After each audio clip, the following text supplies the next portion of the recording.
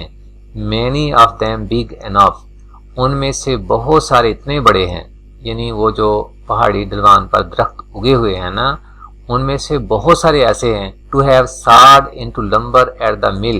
saw into lumber، it means to cut with a saw to make timber۔ lumber means timber۔ اس کا مطلب یہ ہے کہ وہ جو پہاڑی ڈھلوان پر درخت اگے ہوئے تھے نا ان میں سے بہت سارے ایسے تھے کہ ان کو چیر کر عمارتی لکڑی بنائی جا سکتی تھی، ان کو چیر کر ٹمبر بنائی جا سکتی تھی۔ کہاں پر؟ ایٹ دا مل، کارخانے میں۔ دیکھیے اس کا ترجمہ، many of them big enough، ان میں سے بہت سارے اتنے بڑے تھے to have sawed into lumber at the mill، کہ ان کو کارخانے میں چیر کر عمارتی لکڑی بنائی جا سکتی تھی، یا ان کو کارخانے میں چیر کر عمارتی لکڑی کی شکل دی جا سکتی تھی۔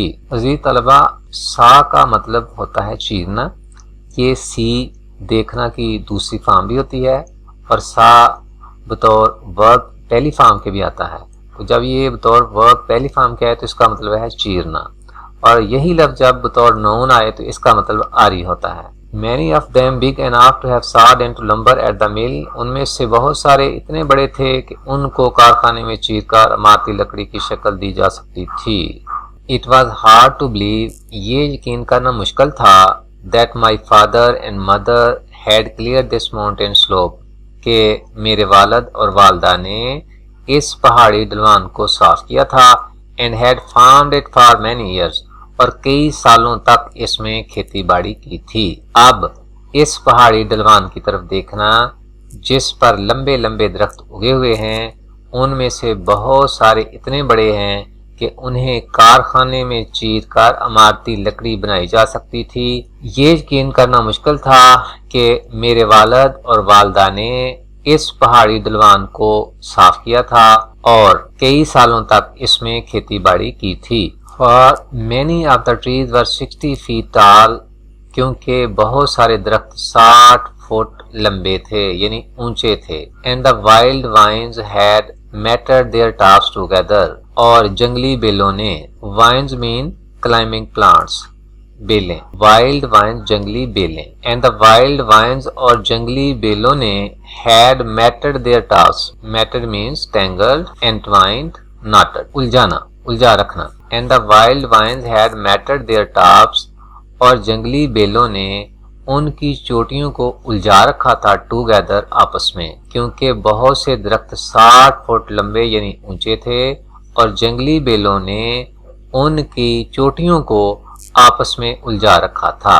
جنگلی بیلوں میں سے ایک جو ہے وہ آکاس بیل کے نام سے مشہور ہے، جس کو انگلش میں DODDER ڈاڈر کہتے ہیں، اور یہ جب ظاہر درختوں کی چوٹیوں پر ہوگی تو ایک دوسرے درختوں کی چوٹیوں کو آپس میں الجھا دے گی۔ یہ ایک طرف درخت ہیں، دوسری طرف بھی درخت ہیں، اور یہ ان کی شاخیں جو ہیں آپس میں الجھی ہوئی ہیں۔ تو اس سے آپ کو یہ سمجھنے میں آسانی ہوگی جو اوپر سینٹنس دیا ہوا ہے کہ and the wild vines had matted their tops together، اور جنگلی بیلوں نے ان کی چوٹیوں کو یعنی درختوں کی چوٹیوں کو اوپر والے سروں کو matted together آپس میں الجھا رکھا تھا۔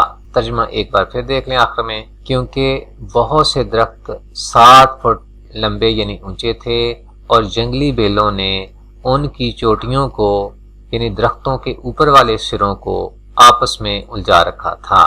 عزیز طلباء و طالبات، اس کے ساتھ ہی ہمارے آج کے لیکچر کا وقت ختم ہوتا ہے۔ انشاءاللہ ایک نئے لیکچر کے ساتھ پھر حاضر ہوں گے، تب تک فی امان اللہ، السلام علیکم ورحمۃ اللہ۔